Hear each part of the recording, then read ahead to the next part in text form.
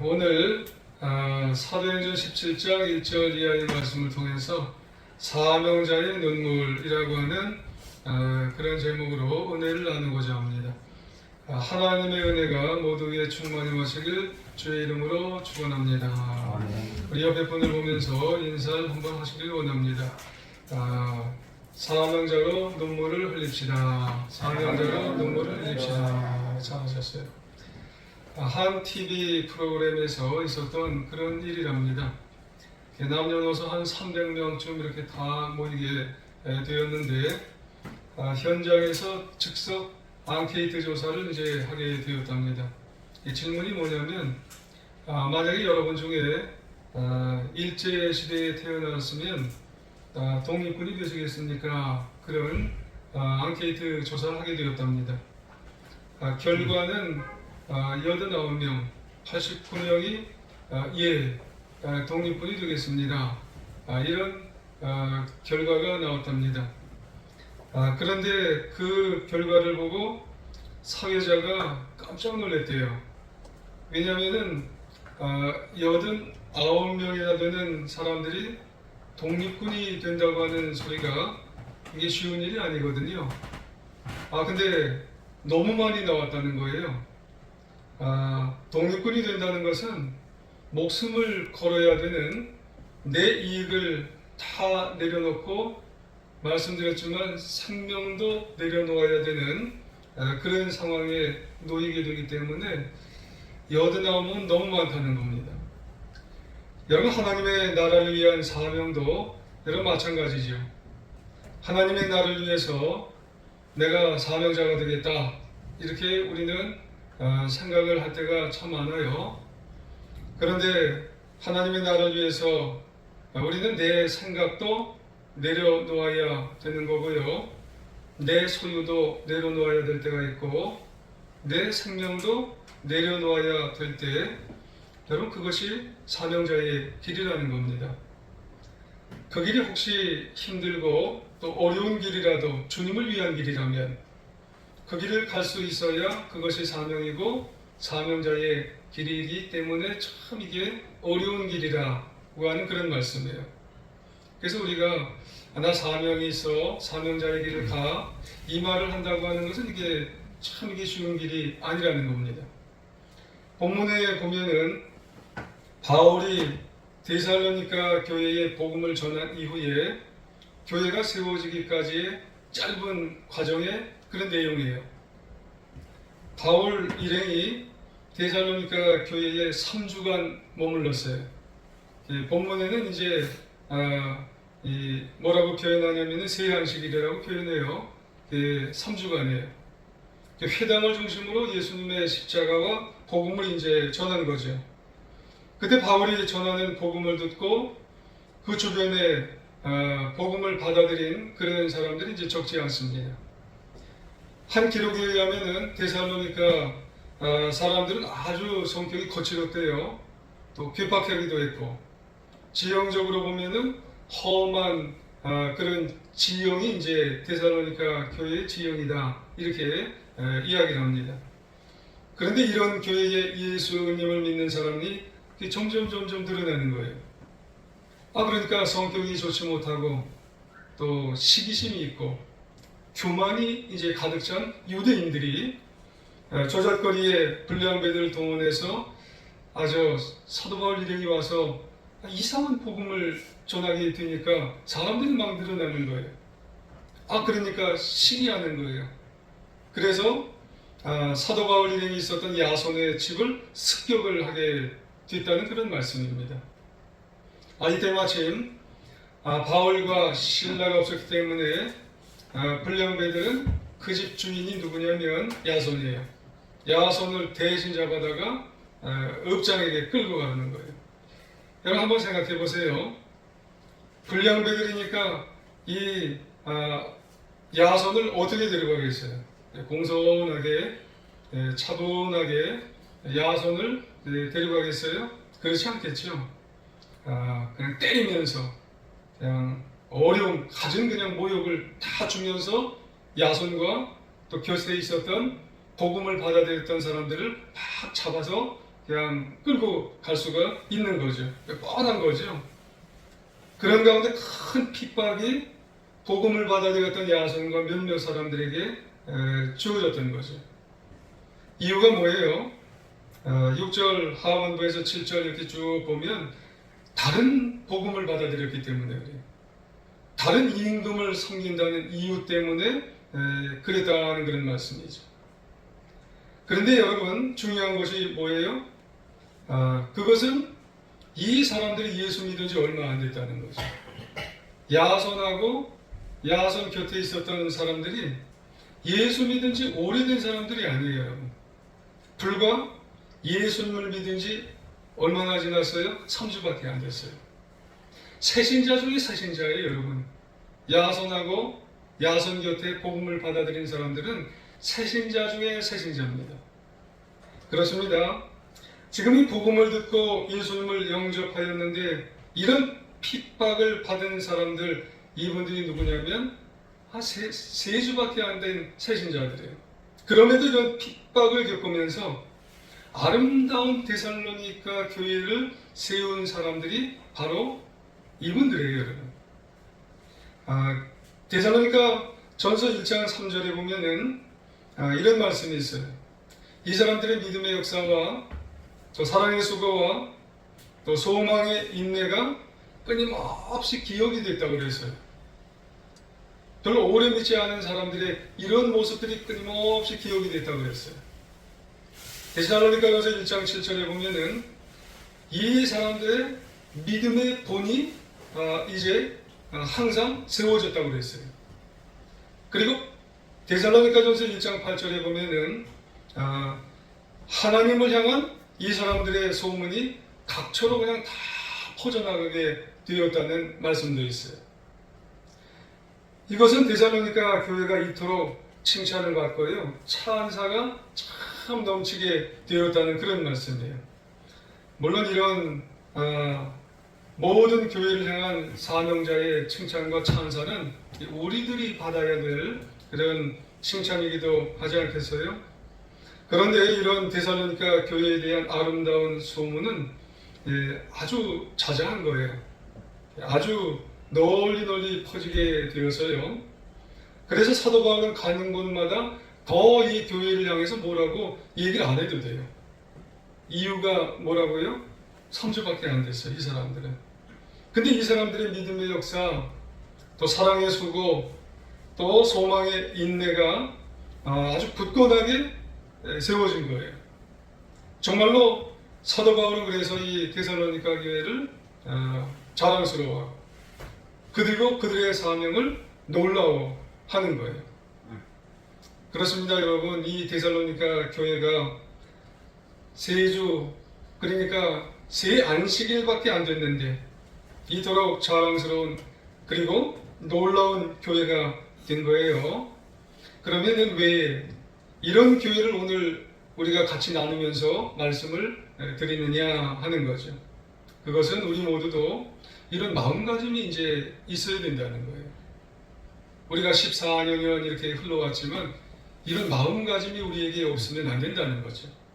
사명을 감당하기 위해서 우리가 사명이요, 사명자 이런 말을 하고 또 사명을 감당하기 위해서는요, 참 열정이 나에게 있느냐라고 하는 거죠. 참 순수함이 나에게 지금 내 마음속에 있느냐. 주어진 사명을 잘 감당하기 위해서는요, 그 참 열정과 사명이 내 속에 있으셔야 된다는 말씀이에요. 성도면 성도로서, 기독 청년이면 기독 청년으로서, 그리고 각 맡겨진 사명자면 사명자로서, 우리 교회에 각 맡겨진 부서가 다 있어요. 그러면은 각 맡겨진 부서에 그런 사명자들이 있어요. 그러면은 사명자면 사명자로서, 특별히 오늘은 교회 학교 이제 헌신 예배잖아요. 그러면 교사 선생님들이면 교사 선생님들로서 참 열정이 있느냐는 거예요. 참 순수함이 나에게 지금 있느냐는 거예요. 여러분, 이런 말이 있더라고요. 예수님을 믿는 사람으로 사명을 받지 못한 사람은 한 분도 없답니다. 단 사명을 거부하는 사람은 있을 수 있다는 거예요. 왜요? 하나님께서 자신에게 주신 사명이 너무 부담스럽거든요. 너무 힘들거든요. 너무 버겁거든요. 그래서 주님, 나 사명 안 받을래요. 이런 사람은 있다는 거예요. 그러고 보면 분명한 사실은 뭐냐면 예수님을 믿고 구원받은 주님의 자녀에게 다 사명은 있는 거예요. 다 주셨거든요. 거부하는 사람은 있어도 주어지지 않은 사람은 없어요. 나에게 사명이 있는 거예요. 모든 주의 자녀로서 사명은 다 있으신 거예요. 어느 장로님의 이야기예요. 이 장로님은 주위의 사람들이 다 부러워하세요. 그러다가 은퇴를 하신 그런 장로님이세요. 그런데 정작 다른 사람은 다 부러워하는데 장로님 본인은 자신의 삶이 정말 후회가 되는 거예요. 깊이 후회가 되셨다는 거예요. 살아놓고 보니까 그러니까 후회가 되시는 부분이 있으시다는 거예요. 그렇다면 장로님이 그렇게 후회되신 이유가 뭘까? 장로님은 겉으로 보기에는 다른 사람이 다 부러워하고 성공하는 것 같은데 늘 실패에 대한 그런 두려움이 있으세요. 뭐예요? 한 번도 제대로 믿음의 삶에 대해서는 도전을 못 하셨어요. 인생살이에 대해서는 열심히 했는데 믿음의 삶에 대해서는 두려워서 사명을 제대로 감당을 못했다는 그런 말씀이에요. 그래서 점점 시간이 흐르고 연세가 점점 들수록 나 하나님 나라 가까이 갔는데 하나님 나라 가까이 갈 텐데 하나님은 나를 어떻게 평가하실까? 이게 마음이 점점 두려운 거예요. 여러분, 시간이 갈수록 나이가 다 먹게 돼 있어요. 그러면 하나님 나라 가까이 가게 되어 있어요. 그게 두려운 거예요. 내가 사명 점점 잘 감당했나? 그렇습니다, 여러분. 어떤 때에는 내게 주어진 짐, 이 사명이죠. 너무 무겁게 느껴져요. 또 내 십자가가 벅차게 느껴질 때가 다 있는 거예요. 그래서 십자가의 사명, 이게 좀 없었으면 좋겠다. 이렇게 생각이 우리에게 굴뚝같이 들 때가 있어요. 그래서 막상 모든 짐 벗어버려. 아직도 이 사명 정말 다 벗어버리고 이거 정말 거부했으면 좋겠다. 이렇게 생각이 들 때가 있는 거예요. 근데요, 사명 한번 깨달아 보세요. 오히려 나에게 주신 그 사명이 감사한 거예요. 그 사명으로 인해서 주신 그 사명의 고생이 복인 겁니다. 그렇습니다. 내가 하나님을 위해서 주신 사명을 위해서 살아갈 때 그게 힘들고 고생이고 그게 괴로운 것 같은데 그 사명을 붙들고 살아가는 그 시간이 여러분 오히려 감사해요. 오히려 위로가 되더라고요. 오히려 그 사명을 붙들 때 내 마음이 평안이고요. 그 사명을 붙들고 살아 날 살려주는 시간이에요. 여러분, 사명이 없으면 어떤 때 보면은요, 내가 잘못 가거든요. 근데 사명이 날 살려줘요. 그 시간이에요. 여러분, 그러면 다시 본문으로 돌아와서요. 지금 야손은 불량배들에게 끌려가면서 그럼 도대체 무슨 생각을 했을까요? 이 3주밖에 안 되는, 복음을 받아들인 이 3주밖에 안 되는 이 새신자가 여러분 이 불량배들에게 끌려가면서 질질 끌려가면서 이 야손은 도대체 그 옆에 있는 그 사람들 같이 끌려가면서 도대체 뭔 생각을 했을까? 여러분 그런 생각 안 드세요? 여러분 본문을 이렇게 몇 번 읽어보면서 묵상하면서 그들은 도대체 어떤 생각을 했을까? 기도했을 것 같아요. 그러면서 눈물도 흘렸을 것 같아요. 강하게 그런 생각이 드는 거예요, 여러분. 질질 끌려가면서 3주밖에 안 됐지만 기도하면서 눈물이 흘렀을 것 같아요. 지금 야손은 복음 들인 지 3주밖에 안 됐다고 그랬잖아요. 이런 야손에게 다가간 이 폭도들의 목적은 지금 누구를 잡기 위한 거예요? 바울과 실라였어요. 그러면 지금 야손은 바울과 실라가 저기 있다고, 어디로 갔다고 얘기만 해주면 되는 거예요. 그리고 나 예수 그깟 놈, 그깟 사람, 나 3주밖에 안 됐으니까 안 믿겠다고 이러면 돼버리는 거 아니겠어요? 그런데 야손과 그의 형제들은 아무 말 하지 않아요. 오히려 자신에게 주어진 그 고난 십자가의 길을 달리게 받으면서 기도하는 거예요. 마음에 누가 들어오셨어요? 복음이 들어온 거예요. 십자가의 복음이 여러분 분명하게 들어왔어요. 여러분, 그래서 예수님을 알지 못하는 그들의 모습이 불쌍한 거예요. 이제는 야, 저들은 이 복음을 믿지 못하니 천국을 못 들어가는구나. 그리고 구원받지 못하는 다른 데살로니가 지역에 있는 다른 사람을 보니 너무너무 불쌍한 거예요. 너무 불쌍한 거예요. 그러니 기도하면서 그들은 붙잡혀가고 있지만 눈물이 흐르는 거예요. 영혼을 보니 불쌍한 거예요. 그러니 눈물이 흐를 수밖에 없더라는 말씀이에요. 여러분, 어찌 눈물이 안 흐를 수가 있겠느냐는 말씀이에요. 그런 마음입니다. 데살로니가 교회가 세워진 것은 연약한 야손 몇 명의 사람들인 것 같지만 바로 그들의 눈물 어린 기도가 있기 때문에 그런 줄 믿습니다.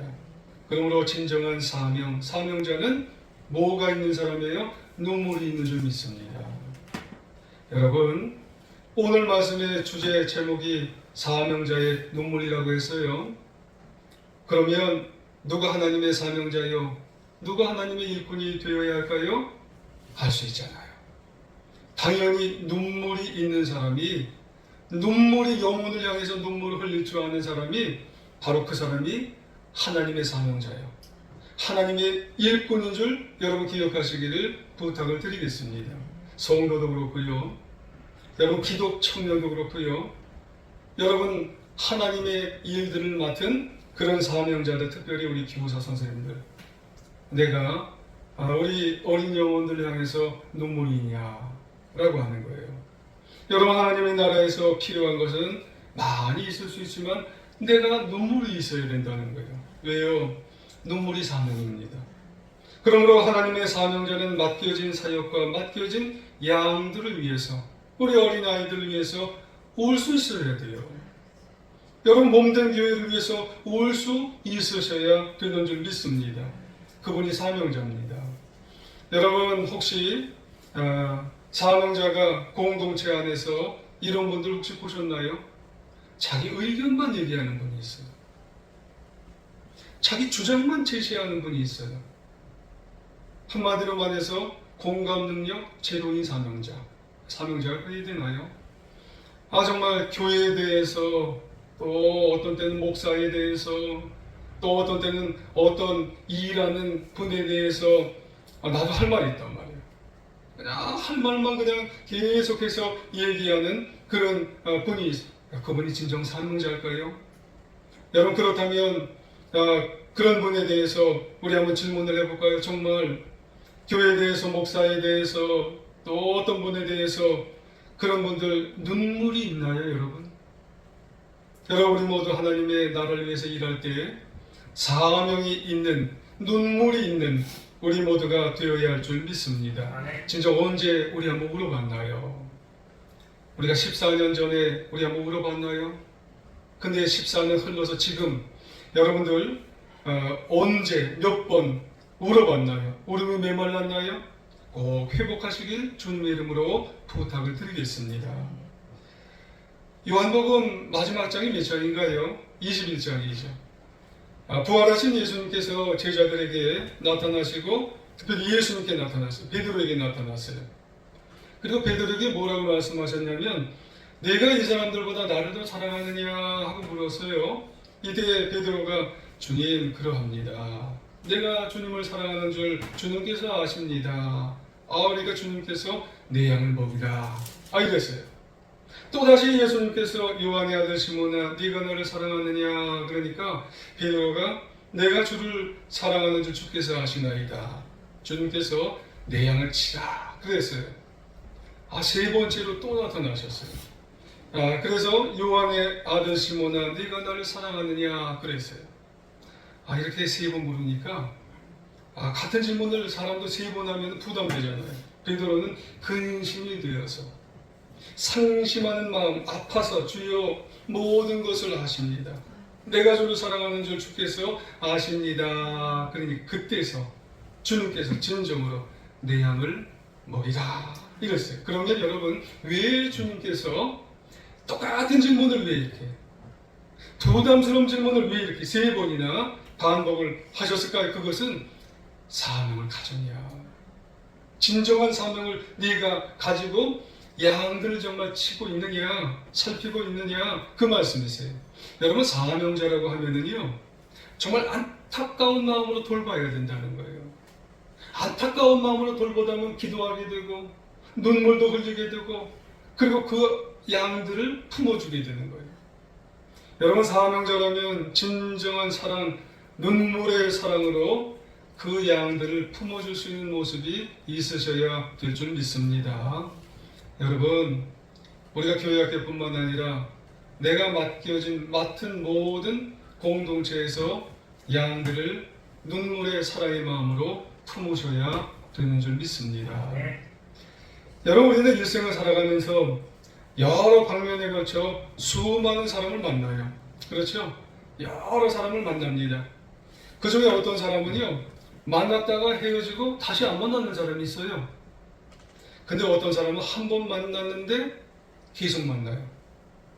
그리고 그 후에도 죽을 때까지 만나요. 아주 쭉 한 번 만나고 난 다음에 그 중에 계속해서 만나요. 여러분, 그렇다면 이러한 만남과 헤어짐의 반복 속에서 우리는 서로에게 좋은 영향들을 끼쳐야 될 사람들이 있어요. 사명자예요.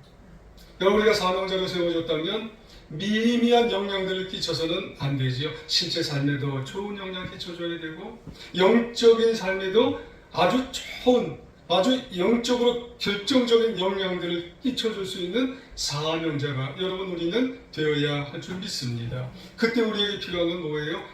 간절함과 눈물이 여러분, 우리에게는 필요하게 된다는 말씀입니다. 어떤 목사님의 어렸을 때 이야기예요. 목사님이요, 어려서부터 아주 좋은 선생님을 만난 축복받았답니다. 그 중에서도 중3 때 담임 목사님, 평생 그 담임 목사님 한 번 만났는데 이 목사님이 은퇴해서 돌아가실 때까지 기억이 나더래요.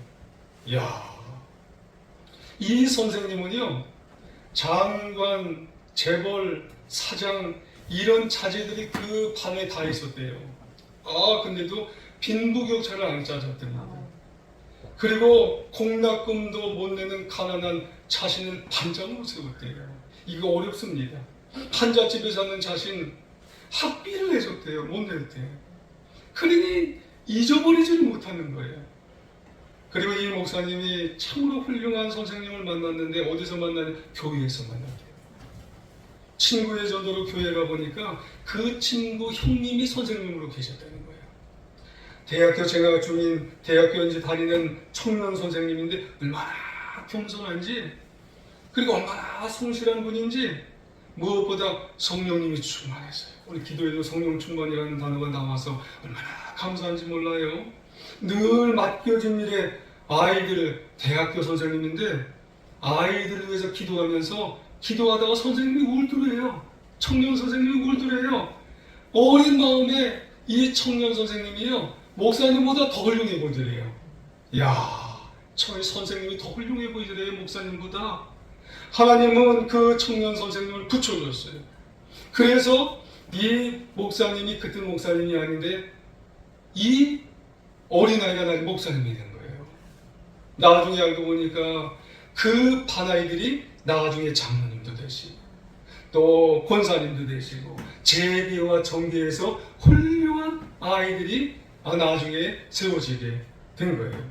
그 목사님이 만난 선생님, 얼마나 맡겨진 아이들을 눈물로 기도하면서 사명을 세워주게 되었는지, 훌륭한 아이들이 정말 정계와 재계에서 세워졌다는 말씀이에요. 그러므로 여러분, 모름지기 사명자, 우리 교사 선생님들이라면 여러분, 우리가 증거해야 될 꼭 훌륭한 모습들이 우리에게 있어야 되는데, 난 눈물로 우리 아이들을 키웠구나, 이 모습이 우리에게 있어야 할 줄 믿습니다. 그 이전에 한두 가지 우리가 말씀을 더불어서 드리고자 하는 건 사명자는 이런 게 있어야 된대요. 하나는 뭐냐면 믿음의 본이 있어야 된답니다. 디모데전서 4장 12절에 보면 누구든지 네 연소함을 없인 여기지 못하고 말과 행실과 사랑과 믿음과 정절에 있어 믿는 자에게 본이 될지니라. 아멘. 그래요. 여러분, 정말 가르치는 사람에게 있어서는 부담이 되지요.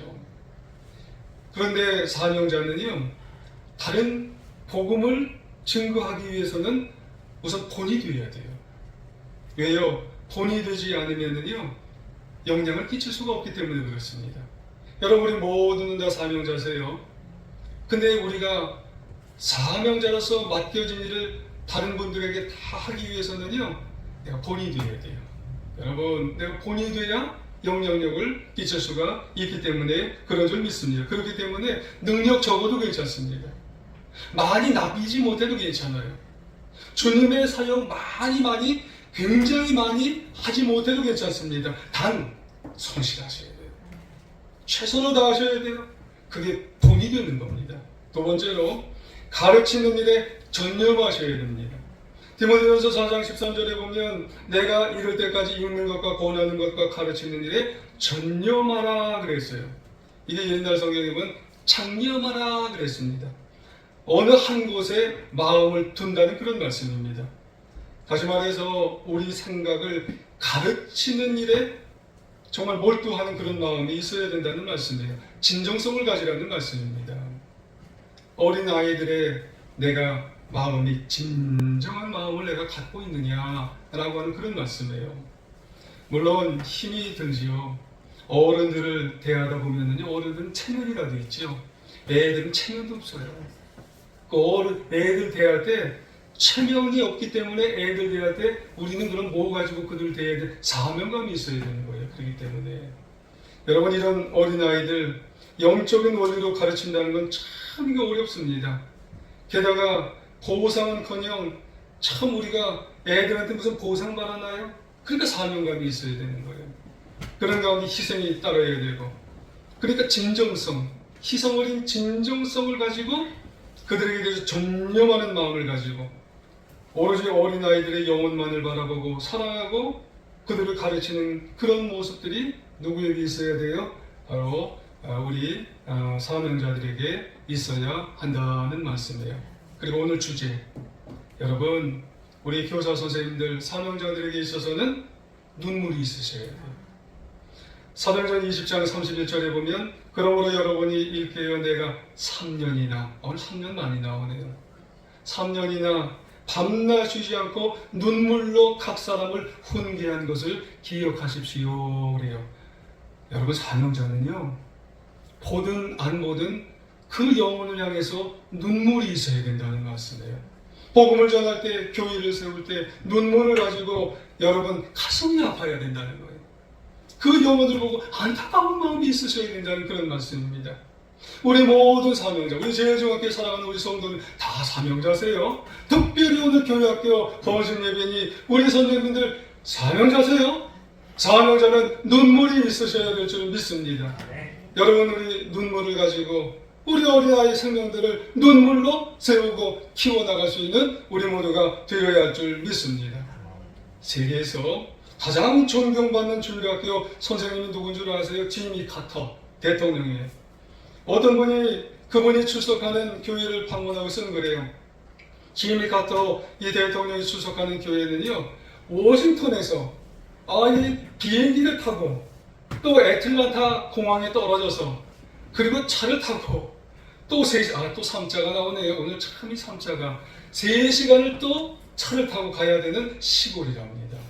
야, 그 시골의 인구가 몇 명인가 봤더니 700명밖에 안 된대요. 거기를 지미 카터 대통령이요, 매 주마다 성실하게 최선을 다해서 주일마다 빠지지 않고 가셨대요. 주일만 되면 아이들이 오면은요, 거기는 미군 땅덩어리가 크잖아요. 대통령인지 누군지도 잘 모른대요, 애들이요. 그러면 저기서 지미 카터 그 할아버지가 오면 애들이 진짜 그런데요. 야, 할아버지 온다! 그런데요. 그러면 애들이요, 그 지미 카터 대통령을 보고 이야기하다가 어떻게 하다가 보면 이 할아버지가 대화를 잘 또 해주다가 운답니다. 너무 귀엽고 너무 그들의 영혼을 살피시고 하는 모습을 보다 보면 하나하나 얘기하다 보면 기도해주고 그리고 울게 된다는 말씀이에요. 여러분, 대통령만큼 바쁜 사람이 어디 있겠어요? 여러분, 이 한 분이 진정한 사명감을 가지고 아이들을 가르치지 않았겠어요?